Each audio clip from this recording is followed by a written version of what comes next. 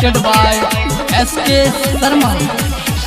सबका के बीमारी तू दिमाग से हटाइले, तोरे छियो तोरे रहबो किरिया किया आइले।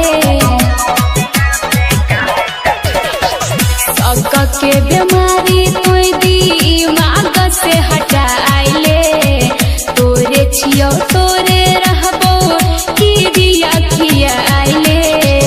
तोहरे चीजवा कैसे के करो बांट देबो रे। देखा जे तोहरा कोनो छोराबा संग में दबिया से काट देबोगे।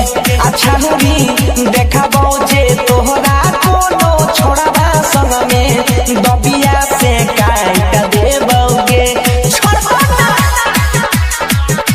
presented by SK Sharma।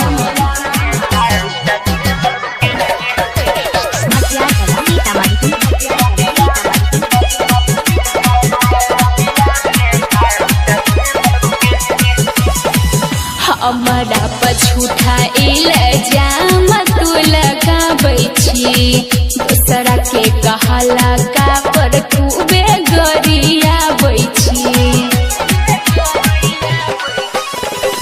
देखली है छौरा हम छियै केतना उठ गए।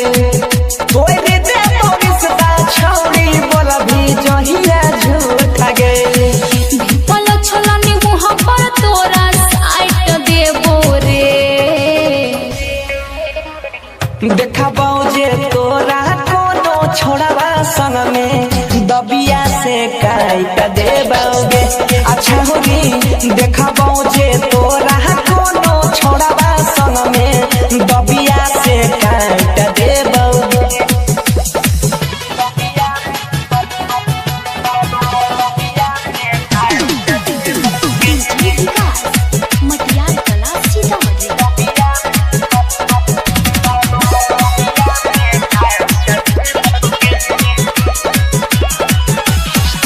हमारा लगै छो तोहार मार लेलको मतिया, दिल के दुखावे वाला बोलै छी रे बतिया।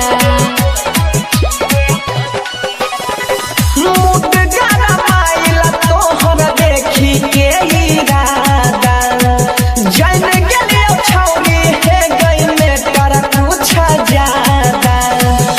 सोनू मनीष के बनसी डांट देबो रे।